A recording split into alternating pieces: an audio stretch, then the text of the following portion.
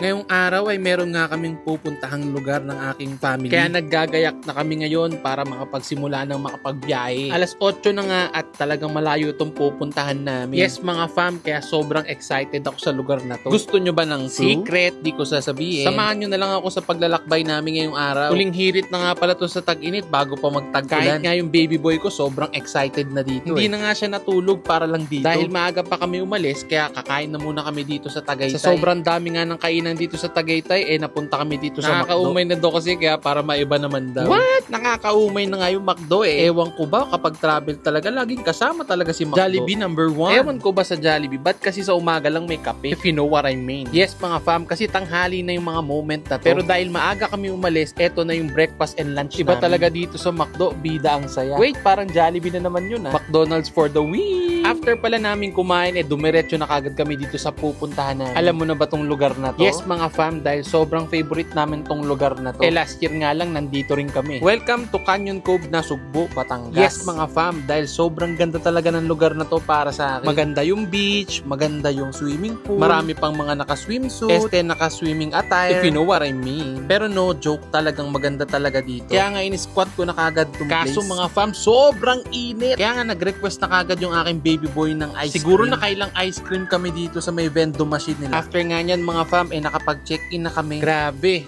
napakaganda ng kwarto namin at napakakalat. Sa mga oras na to, napagdesisyonan nga naming maligo. Surprise! Dahil biglang umulan. Yes mga fam, sa sobrang init kanina, talaga namang umulan ng malupit. Kaya nga sa mga oras na to, nagdadalawang isip ako kung maliligo pa kami. Pero yung panganay ko talagang walang makakapigil daw sa kanya. Excited na nga siyang maligo sa mga oras na yan. Pero in fairness fam, sobrang init ng tubig. Alam mo yung sobrang dami na sigurong umihi sa pool. Uy, walang ganon. Joke lang, if you know what I mean. Dahil gabi na nga mga fam, napagdesisyonan na namin kumain ng dinner. Ang ganda nga ng mga kainan dito mga sa fam. Sobrang ganda, ang ganda rin ng presyo nila. Pag inaantay nga namin yung fire dance, naglaro muna yung mga bata dito sa playground. Buti na nga lang, may mga ganitong amenities dito sa Canyon Cove. Kaya sobrang nag-enjoy talaga tong mga bata dito. Sana bata na lang tayo, yung pakiramdam na halos wala kang iniisip. Laro lang, masaya ka na. After nga yan, pumunta na kami dito sa nagpa-fire dance. Pasikat yarn. Pero in fairness, ang gagaling talaga nila mga Hindi ko na video yung kabuuan ng performance. 10 out of 10 yan mga fam. Dahil gabi na nga mga fam, naisipan namin lumabas muna dito sa hotel. Chill lang. Sobrang higpit kasi ngayon ng kanya. Naharang yung mga dala naming kontrabando. Uy, walang ganon. Yung mga alak na drinks kaya pala. Nagtubats muna kami dito sa Alphamart #1. Dahil nabitin nga kami dito mga fam, dumiretso kami dito sa bar. Para salubungin daw namin yung birthday ng kuya ko. Happy 29th birthday. Bata yan. Feeling young at heart. Kuya, wag po. Dahil nabitin nga kami sa Tubat sa Alphamart, kaya nag-order din kami dito ng mga drinks. In fairness fam, sulit talaga dito. May video. Kinabukasan nga, sabay-sabay na kami nag-breakfast dito sa hotel. Sa sobrang haba nga ng pila, tumambay muna kami dito sa signage ng Canyon Cove. Tamang picture-picture. Ini-enjoy yung place. Kasi sobrang relaxing talaga dito mga lakad-lakad kasama yung mga kids. Habol-habol pala kay JB. Yan ang perks kapag meron kang maliit na bata. Mapapa-exercise ka talaga. After nga nyan mga fam, dumiretso na kami dito sa breakfast. In fairness, ang swerte namin kasi nandito kami sa penthouse. Ang ganda ng view dito mga fam. Ang baho naman.